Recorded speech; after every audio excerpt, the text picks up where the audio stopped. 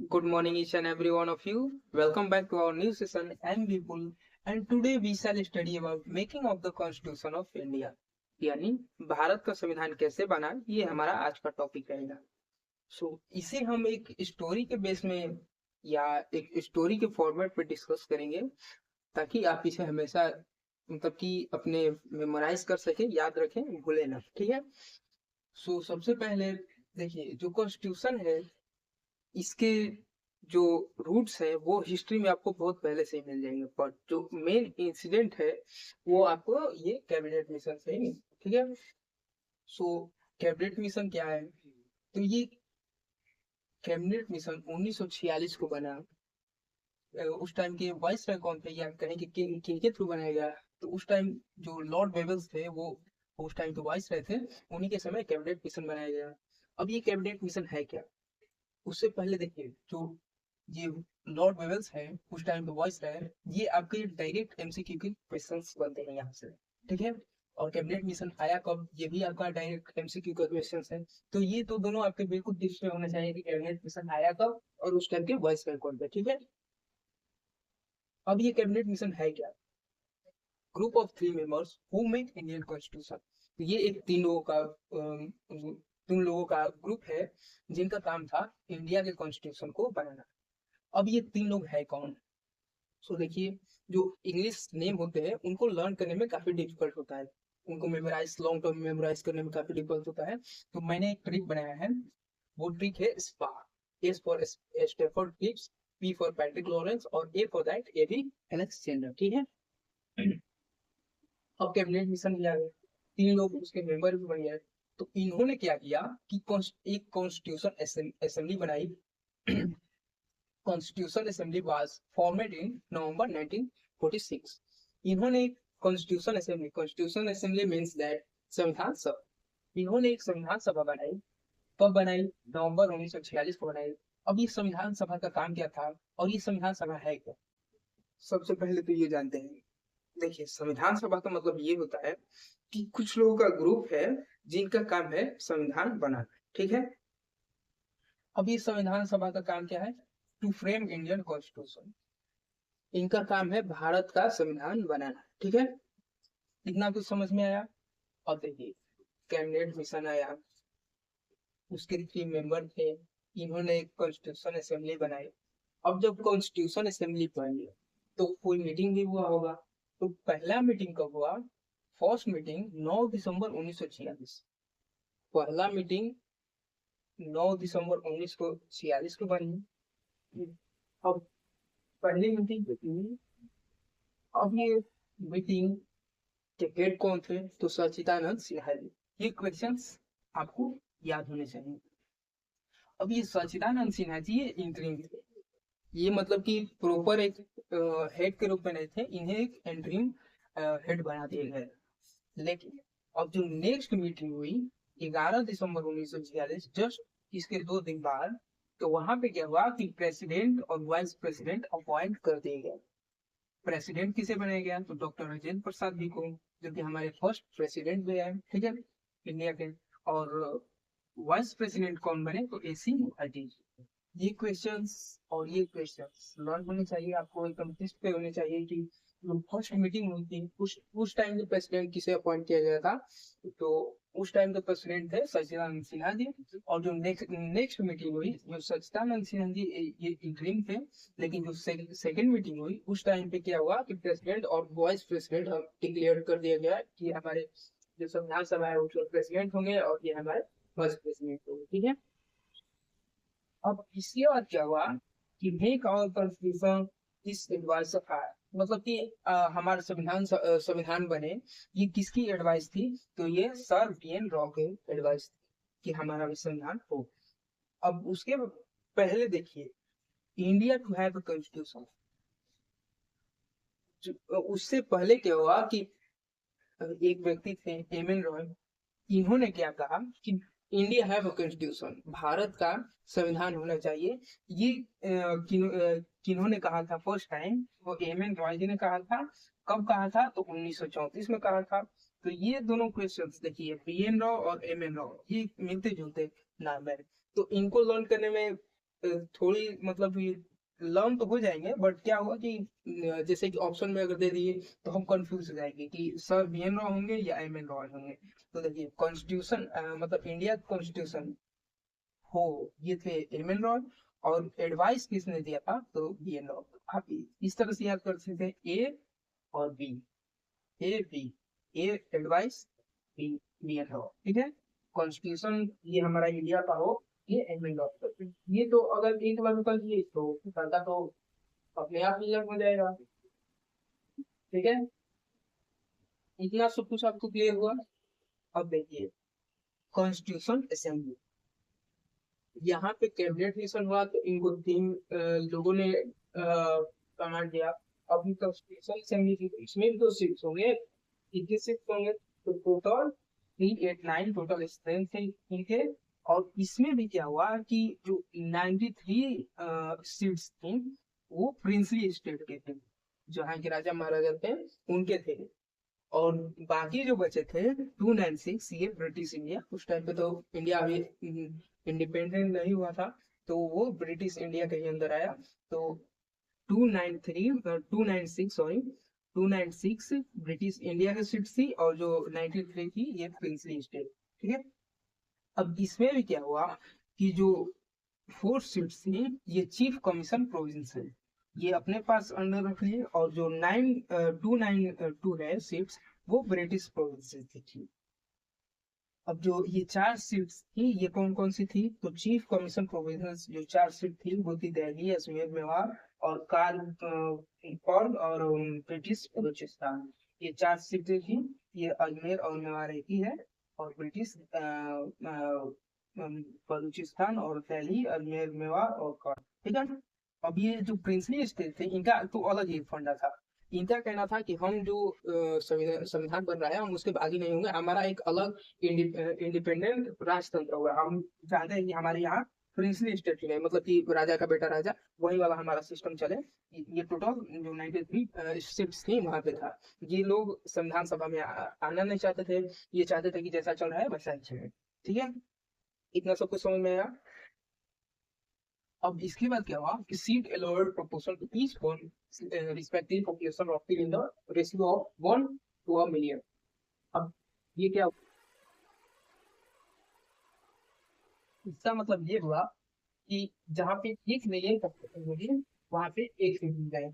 अब ये जिसके मान लीजिए कि ज्यादा पॉपुलेशन होगा अगर किसी कम्युनिटी का, तो उसके सीट्स ज्यादा होंगे। मान लीजिए कि मुस्लिम का अगर यहाँ पे 5 मिलियन सीट्स है तो इनको 5 सीट दी जाएंगी। और अगर जनरल का यहाँ पे 10 मिलियन सीट्स है तो उनको 10 सीट दी जाएंगी। और सिक्स को मान लीजिए 2 मिलियन सीट पॉपुलेशन है तो उनको 2 सीट दी जाएंगी, ठीक है। अब ये सीट डिस्ट्रीब्यूशन था ये बहुत पहले से ही कर दिया गया था। एक था मुस्लिम सिख्स और जनरल, ये तीन कम्युनिटी में डिवाइड की गई थी। सीट डिस्ट्रीब्यूशन हुआ था, voting method single transferable vote था। और ये तो क्वेश्चंस मतलब कि आपको हमेशा पता ही होनी चाहिए कि हमारी संविधान जो बना था वो कितने समय में बना था। It to 2 years 11 months and 18 days, 2 साल 11 महीना और 18 दिन में हमारा जो संविधान था वो फाइनलाइज हो गया था, ठीक है। अब ये उसके बाद ये एक ऑब्जेक्टिव रिजोल्यूशन, अब इसका क्या फंडा है, तो इसको पढ़ने के लिए हम ये जो डेट है इसको लेकर यहाँ पे चलते हैं। देखिए फर्स्ट मीटिंग हुई 9 दिसंबर 1946 को, उस टाइम पे थे सचिदानंद सिन्हा। उससे पहले यहाँ पे आइए कैबिनेट मिशन बना कैबिनेट मिशन बना 1946 को। इन्होंने कॉन्स्टिट्यूशन असेंबली बनाई नवंबर 1946 को, और उसकी फर्स्ट मीटिंग हुई 9 दिसंबर 1946 को, जिसके हेड थे सचिदानंद सिन्हा जी, इन्हें इंटरिम बनाया गया था। नेक्स्ट मीटिंग 2 दिन बाद हुई 11 दिसंबर 1946 को, इसके प्रेसिडेंट डॉक्टर राजेंद्र प्रसाद जी और वाइस राय जयसी मुखर्जी जी। और जस्ट इसके 2 दिन बाद एक मीटिंग होती है 13 दिसंबर 1946 को। इस दिन क्या हुआ कि एक ऑब्जेक्टिव रिजोल्यूशन पास किया गया बाय पंडित जवाहरलाल नेहरू जी के द्वारा। पंडित जवाहरलाल नेहरू जी के द्वारा 13 दिसंबर 1946 को एक ऑब्जेक्टिव रिजोल्यूशन पास किया गया। अब ऑब्जेक्टिव रिजोल्यूशन में इतना है, आपको लर्न क्या रखना है, पहली मीटिंग कब हुई, दूसरी मीटिंग कब हुई, और ऑब्जेक्टिव रिजोल्यूशन कब पास किया। ये 2-2 दिन के गैप में मीटिंग हुई और इन्हीं 4 दिन में, मतलब कि 2 दिन यहाँ पे 2 दिन यहाँ पे तो 2 दिन, ठीक है। अब देखिए यहाँ पे रहते हैं 26 नवंबर 1949 the constitution was declared passing. 26 नवंबर 1949 को जो हमारा संविधान था उसे पास कर दिया गया था। अब बच्चों को क्या होता है कि 2 डेट्स में कंफ्यूजन रहता है, एक 26 जनवरी 1950 और एक 26 नवंबर 1949। तो देखिए 26 नवंबर 1949 को जो हमारा संविधान था वो संविधान सभा में पास कर दिया गया था, लेकिन 26 जनवरी 1950 को जो हमारा संविधान है वो फोर्स में आया था, या कहें कि पूरे देश में लागू हो गया था 26 जनवरी 1950। ठीक है, इतना सब कुछ क्लियर हो गया। अब जो लास्ट सेशन था कॉन्स्टिट्यूशन असेंबली वो था 24 जनवरी 1950। तो जब लास्ट सेशन हमारा 24 जनवरी 1950 को था, तो क्यों ना हम इसी दिन संविधान लागू कर दें, क्यों हम 2 दिन बाद 26 जनवरी 1950 को लागू किए। तो इसकी कहानी शुरू होती है 20 साल पहले। 20 साल पहले क्या हुआ ये यहाँ से देखते हैं। 19 दिसंबर 1929 19 दिसंबर 1929 को एक सेशन होता है, लाहौर सेशन। अब ये सेशन कैसा था, तो आपको अगर पहले भी पढ़े होंगे या न्यू पढ़ रहे हैं तो मैं आपको बता दूं कि आईएनसी यानी इंडियन नेशनल कांग्रेस, उसकी हर साल एक सेशन होती है। तो उस टाइम 1929 को लाहौर में उसको सेशन हुई थी, मतलब अलग अलग जगह पे होती थी। तो उस टाइम पे लाहौर सेशन हुआ था, लाहौर में एक सेशन हुआ था। उस टाइम पे क्या हुआ कि एक आइडिया पास किया गया। वो आइडिया क्या था, पूर्ण स्वराज का। अब ये पूर्ण स्वराज मीन्स कि हम 26 जनवरी 1930 हम स्वतंत्र हो जाएंगे, ये आइडिया पास किया गया था लाहौर सेशन में। इसी आइडिया को, ये पूर्ण स्वराज को ही हम 2 दिन बाद उसी डेट को, ईयर तो नहीं कहेंगे, उसी डेट को 26 जनवरी को ही हम कॉन्स्टिट्यूशन अपना फोर्स में लाए। मतलब पूर्ण स्वराज जो उस टाइम आइडिया हम लोगों ने बनाया था उसके 20 साल बाद हम लोग कॉन्स्टिट्यूशन अपना मतलब कि लागू कर दिए भारत में। बस यही इसका मेन फंडा था। आई होप आपको इतना पूरा समझ में आया होगा। ठीक है, अब इसके बाद क्या होता है देखिए, ये पार्ट्स आर्टिकल और शेड्यूल पूरे पॉलिटी में अब यही चलेंगे। ये तो आपको पता ही होनी चाहिए, अगर नहीं भी पता है तो पता कर लीजिए, या आपको पता होने ही चाहिए। पार्टिकल्स क्या है, पार्ट्स क्या है, आर्टिकल क्या है और शेड्यूल क्या है और कितने कितने हैं, ये आपको तो लर्न होना चाहिए। देखिए 1950 को हमारा टोटल पार्ट था 22, आर्टिकल कितने थे 395 और शेड्यूल कितने थे 8 थे। अब ये पढ़कर 25 हो गए हैं पार्ट। बुक्स में हम पढ़ते भी अभी 22 ही है, बुक्स में हमें 22 ही दिए है, लेकिन ये 25 हो गए। ठीक है, आर्टिकल्स अभी ये बनकर 465 हो गए हैं और जो शेड्यूल है वो 12 हो गए। ठीक है, क्लियर हुआ आपको। अब ये पूरी पॉलिटी के अंदर ये पार्ट्स आर्टिकल और शेड्यूल ही चलेंगे। ठीक है, अब उसके बाद क्या होता है कि मैं आपको 3-4 डेट्स बता देता हूँ जिन्हें आप लिख सकते हैं या लर्न कर सकते हैं। एक था 22 जुलाई 1947।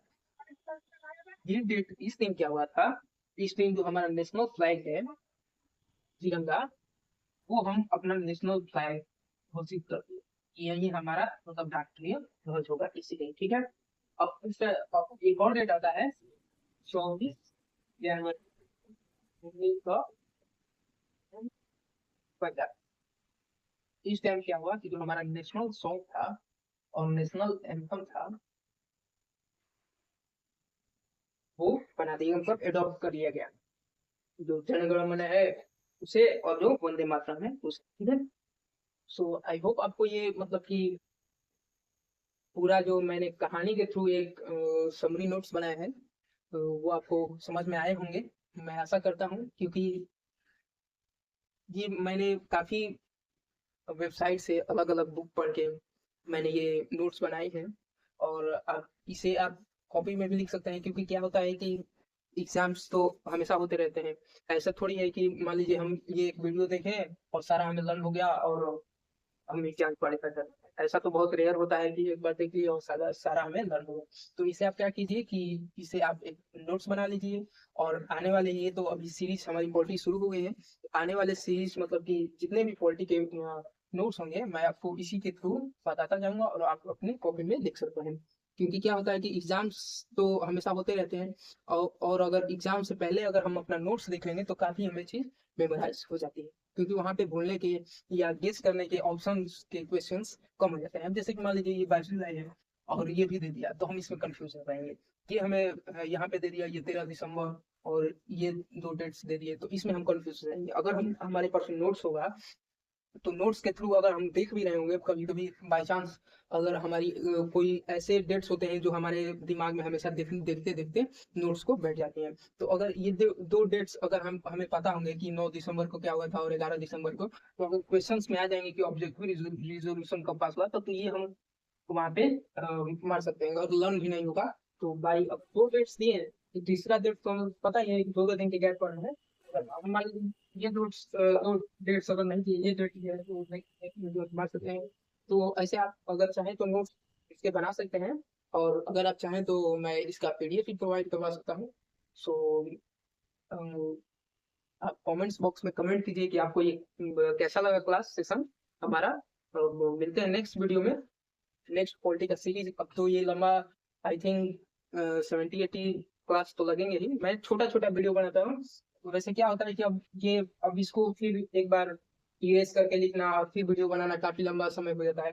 तो जितना हो सके मैंने इस बोर्ड पे कवर करने की कोशिश की है, और इतना सब कुछ कवर कर लिया है।